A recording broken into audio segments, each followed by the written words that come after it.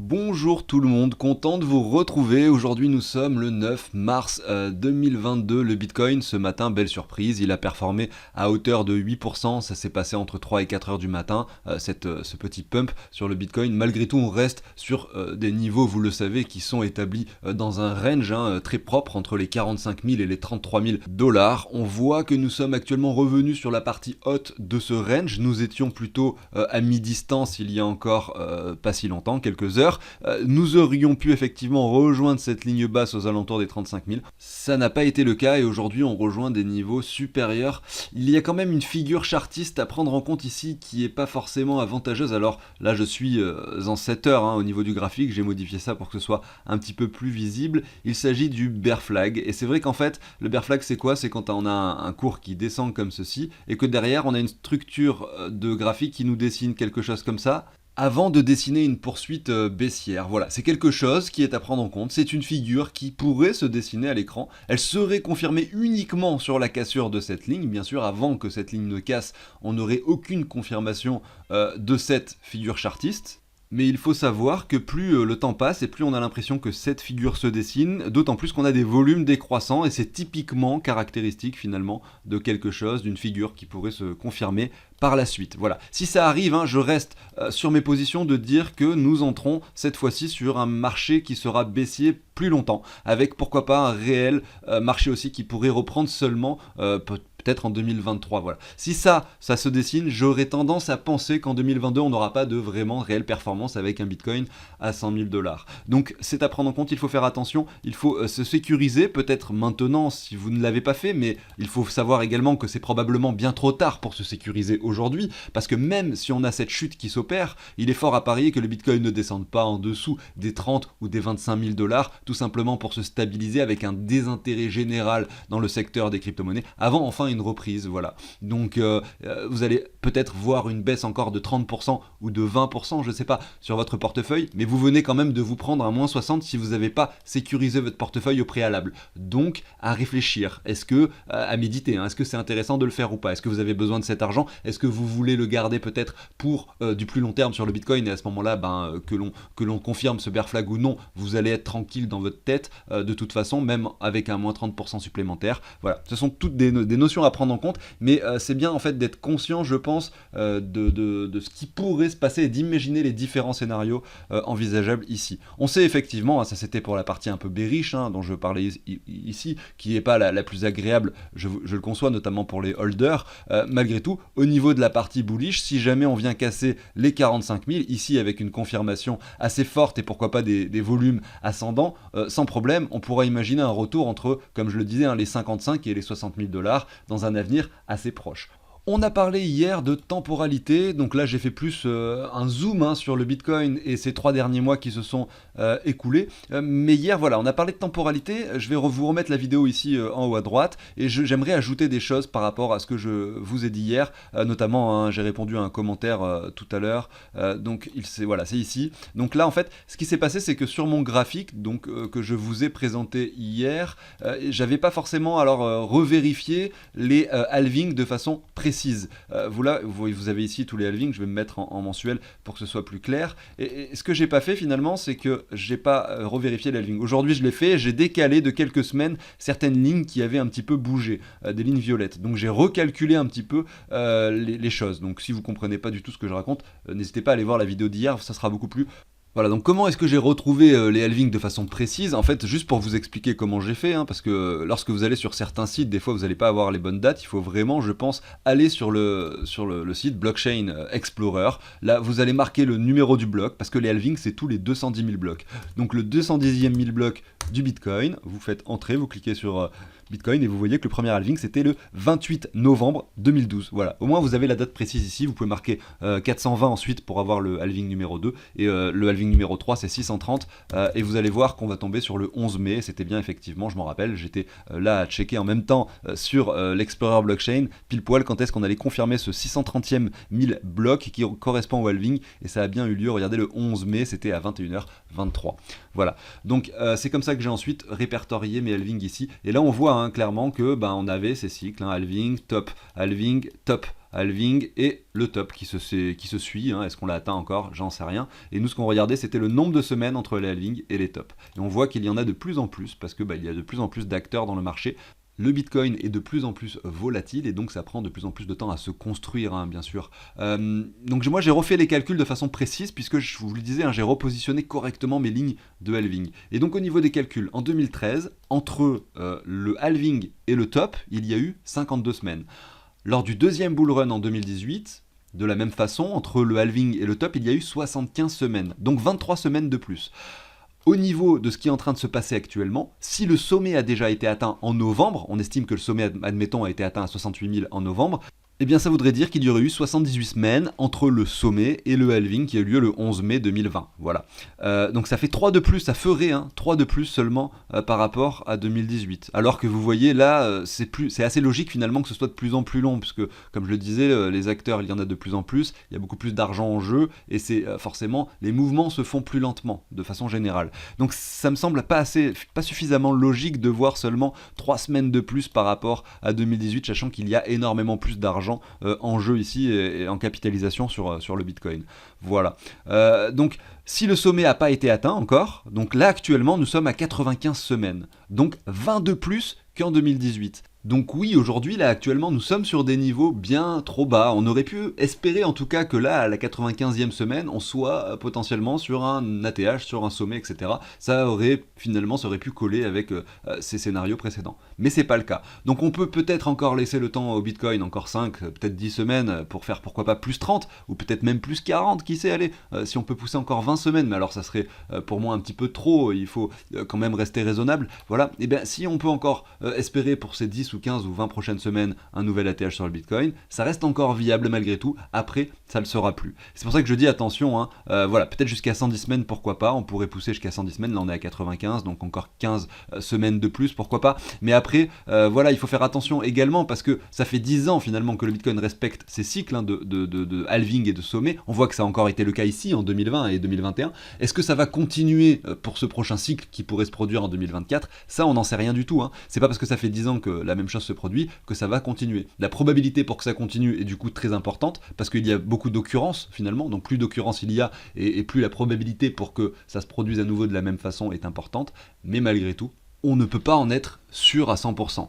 Alors, aujourd'hui, le Bitcoin, ça y est, je l'ai passé, je ne vais pas y revenir. On va ensuite, donc après l'introduction, enchaîner du coup avec un projet que je voulais vous présenter aujourd'hui, vous avez dû le voir sur la miniature et le titre, qui est selon moi très intéressant, qui est lié à Tencent. Et Tencent, c'est quelque chose que, voilà, que je vous avais présenté lors de son listing, c'était au mois d'avril 2021, si je ne dis pas de bêtises, et le token a pris pas mal de valeur ces derniers temps, il est à 2,38$, il avait été listé à 17 centimes à l'époque en avril 2021. Ceux d'entre vous qui étaient déjà là sur la chaîne et qui ont pu en profiter, peut-être que vous les avez encore, donc c'est bien parce que il y a pas mal de projets qui se lancent, pas mal de choses à faire avec Tencent, notamment la participation sur Everdom qui a fait x50 récemment, ou encore MetaHero qui a fait quasiment x100 également à un moment, qui a retracé maintenant de 50%, mais voilà, il y a pas mal de projets qui se lancent à travers Tencent, qui à chaque fois fonctionne très bien. Et aujourd'hui justement le projet que je vais vous présenter est également encore lié à Tencent et c'est pour ça que selon moi c'est important de vous le montrer. Et puis on va enchaîner ensuite avec l'analyse de quelques crypto-monnaies, quelques altcoins avant de terminer cette émission.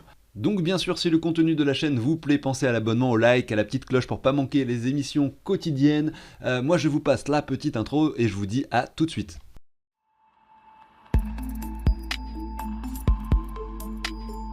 Allez, c'est parti, je suis ici sur Tencent, vous voyez en fait donc ce projet il est présent donc non pas dans les gemmes on avait eu MetaHero, on a eu également Kanga Exchange et on a eu Everdom récemment sur lesquels il y a eu à chaque fois des performances incroyables. Là il s'agit d'un token qui est dans l'Infinity Airdrop, c'est quelque chose où vous avez pu, je sais pas si vous avez déjà vu les émissions que j'avais faites à ce sujet, vous pouvez bloquer des Tencent tout simplement hein, pendant une certaine période de temps. Alors il me semble que c'était bloqué pendant un an, je vois que là c'est débloqué en juillet 2022, donc j'ai dû faire ça en juillet avec vous sur la chaîne, et parmi donc ces 500 Tencent que j'avais bloqués, on va voir un petit peu les résultats, et donc je vais cliquer sur My Airdrops, et voilà, donc ça c'est tous les tokens qui ont été du coup distribués au fur et à mesure. Donc il y a eu le Tencent, donc certes on bloquait des Tencent, mais ils ont intégré leur propre token dans cet airdrop, et vous voyez voilà, j'ai reçu 28$ de Tencent depuis, j'ai reçu également de l'Everdom, du MetaHero, d'export, etc. Et en fait, effectivement, le principe, c'est ça, c'est de tous les jours, même toutes les secondes, toutes les microsecondes, recevoir en airdrop ces tokens. Alors il y a pas mal de choses quand même, et vous voyez que, eh bien effectivement, les récompenses ne sont pas non plus extrêmement élevées, mais j'avais mis seulement 500 tokens, à l'époque le Tencent valait 1 dollar, donc j'avais bloqué seulement 500 dollars, c'était pas extrêmement élevé, et on voit que déjà au niveau de la rentabilité, on est pas mal, parce que si on devait faire la somme de tout ça, eh bien ça fait 74 dollars par rapport à ce que j'avais mis au départ, donc les 500 dollars de Tencent bloqués, effectivement, on est déjà sur un rendement plutôt intéressant ici. Alors ce qu'on peut faire également ensemble, c'est essayer d'effectuer un retrait pour voir si tout fonctionne correctement. Donc je vais aller sur Withdraw ici. Donc on a nos Tencent. On voit que ça se retire sur le réseau d'Ether. Donc je ne vais pas le faire, ça va me faire payer trop de frais. Mais on peut par exemple retirer voilà, les désus. Il y en a quand même quasiment 6 dollars. Je fais Withdraw. Donc là il va sûrement m'ouvrir MetaMask. Alors les fees c'est ça. Ok. Withdraw. Donc j'ai le petit message de MetaMask. Il m'indique les frais, je valide, bon, je le fais avec vous, hein, je vais peut-être voilà, repasser un peu en off pour voir. Donc normalement je devrais recevoir 241,88 DESU. Voilà, donc la transaction est passée, je suis allé le prendre sur directement CoinGecko. J'ai l'adresse ici, je vais l'importer sur MetaMask. Je colle l'adresse du jeton. DESU, on va voir s'il y a bien les tokens. Voilà, les 241 tokens sont bien présents. Voilà, donc si vous voulez en savoir plus sur Tencent Infinity, donc, et également Tencent de façon générale, je vous mets le lien dans la description. Au niveau du projet que je voulais vous présenter aujourd'hui, il s'agit de Chaincorn. Vous voyez, c'est un futur airdrop prévu sur Tencent. Donc le token n'est pas encore listé, c'est pour ça que j'ai pas encore commencé à recevoir les airdrops de ce dernier. Il va y avoir une prévente également qui va se dérouler parce que ces airdrops là ça représente à chaque fois des très petites sommes, et ça pour le coup après m'être renseigné, c'est ce que je fais généralement pour tous les projets de Tencent. Et bien je trouve qu'il y a quelque chose d'intéressant à approfondir sur ce projet, donc c'est pour ça que je voulais vous en parler aujourd'hui. Alors on est maintenant sur leur site officiel, je suis allé voir effectivement le Telegram rapidement, on est sur quelque chose avec 13 300 abonnés, donc déjà 2000 de plus qu'hier, parce que effectivement en ce moment c'est en train de prendre un peu de l'ampleur. Sur Twitter on a 40 000 membres, 40 000 followers, voilà, si je ne dis pas de bêtises. Également on était sur les 38 000 il y a 2 jours, donc j'essaye de suivre ça au fur et à mesure pour voir s'il y a vraiment un engouement ou pas qui se crée sur le projet. Et donc selon moi c'est un élément fondamental à regarder, le nombre de membres sur Telegram et Twitter, c'est généralement ce qui fait que effectivement lors du listing le token prend ou non de la valeur. Après sur le long terme c'est encore autre chose, parce qu'un projet peut très bien faire énormément de marketing et donc avoir énormément d'abonnés sur Telegram, faire des articles dans tous les sens et se faire connaître, pour derrière finalement pas travailler sérieusement sur le projet et donc lâcher l'affaire. À ce moment là finalement ça aurait été un investissement peut-être rentable, mais que sur le listing ou sur une période de temps assez courte. C'est pas vraiment ça que je recherche, c'est pour ça que je vous en parle aujourd'hui, c'est parce que je pense que c'est quelque chose de plus profond que juste un token qui devrait pump au listing. Voilà. Malgré tout, je regarde quand même les réseaux, je regarde comment ça évolue, parce que c'est important. Voilà. Donc ici, on parle d'une blockchain layer 0. Alors, il existe déjà des blockchains layer 0. Il y a Polkadot et il y a Atom Cosmos. Alors, demain, j'approfondirai dans une émission les différences qu'il y a entre les différentes couches sur les blockchains, donc layer 0, layer 1, layer 2. Aujourd'hui, je ne vais pas le faire en détail, mais ce qu'il faut bien comprendre, c'est que au niveau de la couche 0, c'est celle où il y a le moins de contraintes, et la couche 2, c'est celle où vous êtes le plus contraint dans ce que vous pouvez faire ou de ce que vous pouvez produire sur la blockchain. Par conséquent, l'avantage du layer 0, c'est qu'on va avoir beaucoup d'interopérabilité. On va pouvoir créer une sorte de réseau où toutes les blockchains peuvent communiquer les unes avec les autres. Même par exemple la blockchain du Bitcoin avec la blockchain d'Ethereum, directement elle pourrait communiquer sans passer par un bridge par exemple, ou sans avoir un token wrap du Bitcoin sur le réseau d'Ethereum. C'est ce qu'on fait aujourd'hui pour pouvoir trader du Bitcoin sur le réseau d'Ethereum. Donc c'est très intéressant, c'est quelque chose qui se développe en ce moment et qui je pense pourrait révolutionner la DeFi. En tout cas c'est ce qu'on peut espérer de ce genre de choses et de ce genre de protocole. Alors comme je le disais, on entrera beaucoup plus dans les détails de ce qu'est un layer 0 demain. Aujourd'hui, je vais parler plutôt de cette prévente. Donc, elle aura lieu dans 9 jours et 6 heures. Voilà, exactement. Vous pouvez aller sur le site pour checker ça. Ça va se passer avec MetaMask. Il va falloir connecter votre wallet. Ça va être sur la Binance Smart Chain et il va falloir payer en BNB pour obtenir des tokens du projet. Au début, donc, le token sera sur la Binance Smart Chain. C'est seulement après qu'ils vont pouvoir lancer leur mainnet et leur propre blockchain. Il y aura 4,5% des tokens en vente seulement, donc c'est vrai que c'est pas énorme, mais il y a déjà eu des ventes qui ont été effectuées qui se sont très bien passées, où tout est parti très rapidement. Donc il y a eu également un engouement, que ce soit au niveau des private sales ou au niveau de la pre-sale, où 6,5% des tokens ont été vendus. Aujourd'hui on est sur la public sale, donc ça veut dire que c'est vraiment accessible à tout le monde. La pre-sale c'est accessible vraiment à un groupe de personnes qui devaient être whitelistées avant. Là c'est pas le cas, c'est tout le monde qui pourra y participer, donc peut-être qu'il faudra d'ailleurs être rapide pour pouvoir obtenir des tokens, et vous voyez un petit peu comment est réparti tout ça.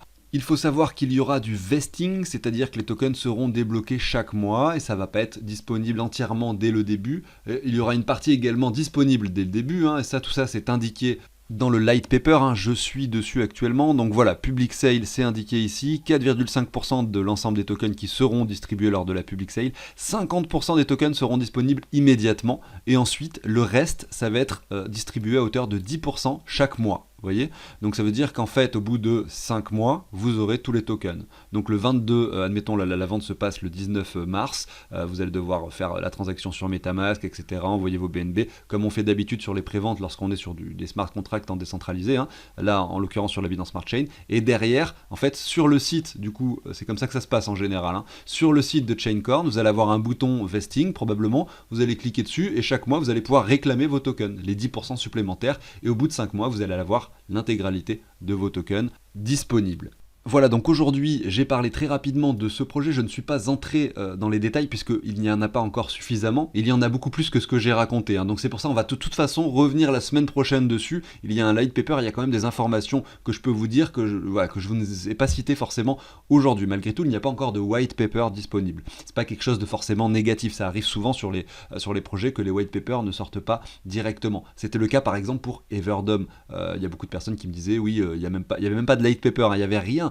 Et beaucoup crié au scam finalement, et il se trouve que voilà, c'était un projet qui était lié à Tencent, et donc rien que pour ça, moi j'étais persuadé que c'en était pas un de scam. Et effectivement, le token a énormément performé avec un x80 au listing, et aujourd'hui il est toujours à x50. Voilà, je pouvais pas supposer que ça allait se passer comme ça. Il y a beaucoup de vesting, il y a beaucoup de tokens qui sont bloqués, c'est pour ça qu'il est quand même encore assez élevé. Malgré tout, juste avec les tokens qui ont été débloqués, donc il y avait 10% je crois de débloqués au départ, vous remboursez déjà votre investissement en fait. Donc tout ce qui se débloque c'est que du bonus, donc même si le prix chute maintenant désormais sur le DOM de Everdom, les personnes qui ont participé à la prévente sont forcément gagnants. Voilà, donc on reviendra sur Chaincorn la semaine prochaine, avant la prévente bien sûr, pour vous parler à nouveau de ce projet. On continue avec la suite et l'analyse de quelques crypto-monnaies. J'ai fait une pause dans ma journée parce que j'ai pas pu, j'ai commencé la vidéo ce matin, après finalement j'ai eu des contraintes familiales, et derrière aujourd'hui voilà, maintenant on est un petit peu plus loin sur le marché, mais le Bitcoin n'a pas bougé depuis ce matin, donc finalement l'analyse que j'ai pu faire ce matin, de toute façon je crois pas que je suis allé sur du court terme, il n'y a pas eu beaucoup de modifications. J'ai également constaté quelque chose d'intéressant, c'est au niveau de l'altcoin dominance, on a réellement une bougie rouge qui s'est installée en fait depuis aujourd'hui, depuis la poussée du Bitcoin de cette nuit. On a l'altcoin dominance qui continue de chuter. Donc là en fait plus on descend et plus je me dis on va avoir des opportunités en or sur les altcoins. L'intérêt est tellement faible sur les crypto-monnaies en ce moment qu'effectivement si on revient chercher cette résistance, on pourrait avoir quelque chose d'intéressant qui se profile. Plus l'intérêt est bas et moins il y a de personnes qui s'intéressent aux crypto-monnaies, et plus on se dit que le moment est opportun pour en acquérir. Même si ça peut durer assez longtemps, ça reste un moment opportun. On le sait, et si on a une altcoin dominance qui revient par là, je ne vais pas effectivement me priver d'aller recharger certains bags de certains altcoins pendant cette période. Bien sûr. On va aller voir quelques altcoins aujourd'hui, comme promis.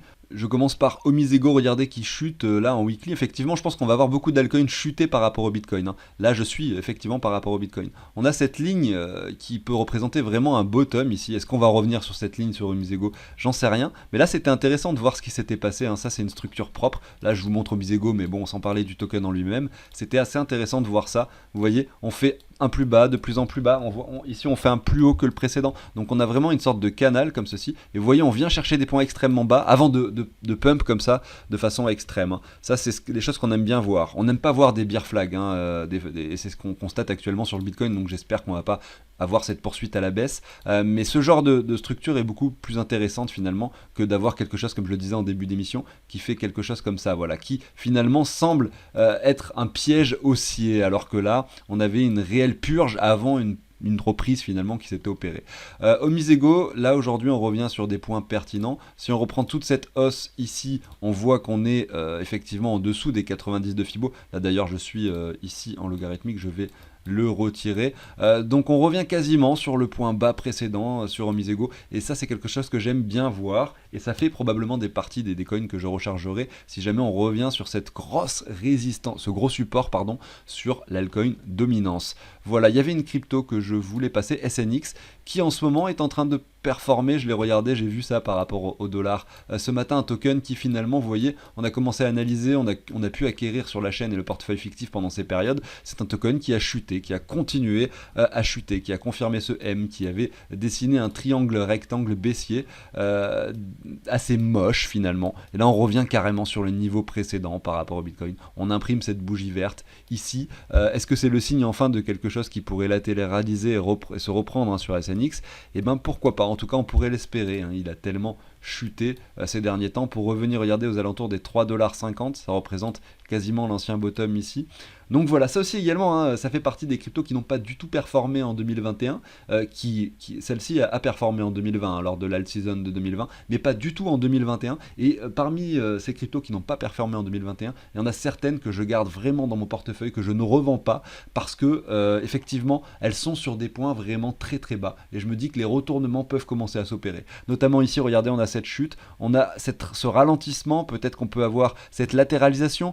Est-ce qu'on va aller plus bas ici que le point des 3$? C'est possible, mais vous voyez que le cours avait beaucoup travaillé ici. J'ai pas tout l'historique hein, du token, mais on pourrait effectivement imaginer un retournement. C'est un peu ce que l'on a vu sur le CRO, hein. Le CRO, plus personne n'y croyait hein, à ce token finalement. Après la chute que l'on avait vue, regardez, je vous le montre ici en parallèle pour que vous puissiez comprendre ce que je veux dire. Alors j'essaye de trouver. Voilà, je l'ai ici par rapport au Bitcoin, voilà, mais bon, ce qu'on a constaté, c'était une poussée ici en 2020, hein, lors de la season, et derrière, le CRO a énormément chuté pour aller chercher des points plus bas que le précédent par rapport au Bitcoin, des niveaux jamais atteints par rapport au dollar. On était aux alentours des 5, 6, 7 centimes.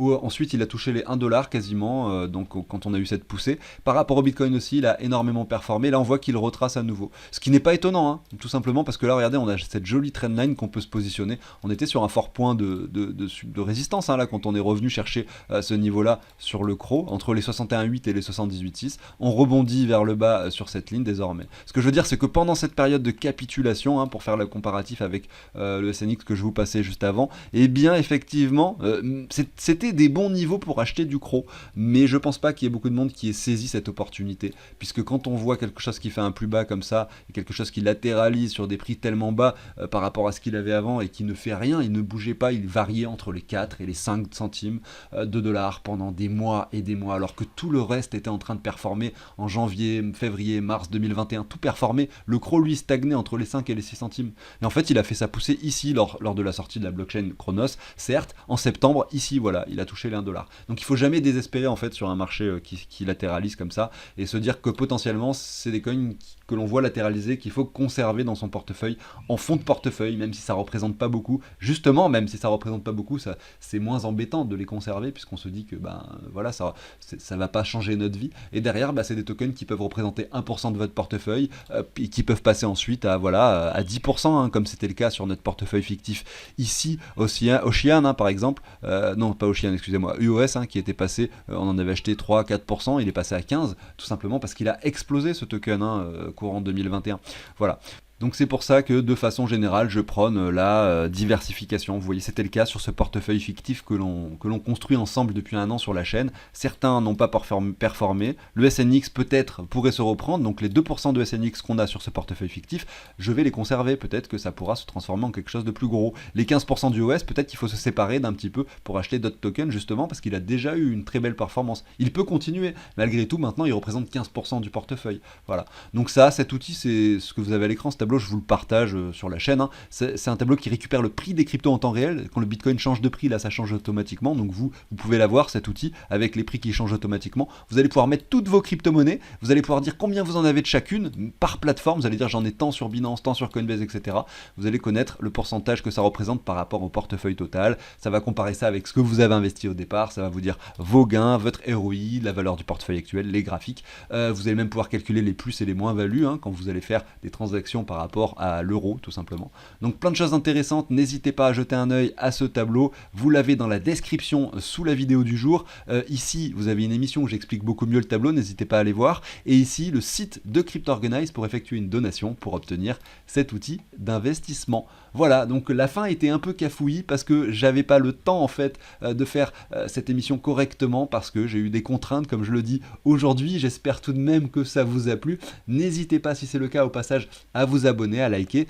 Bien sûr, on se retrouve dès demain sur la chaîne pour une nouvelle émission que je pourrai faire de façon beaucoup plus tranquille parce que j'aurai moins de contraintes demain évidemment. Voilà, je vous souhaite une excellente journée, je vous dis à demain, salut tout le monde.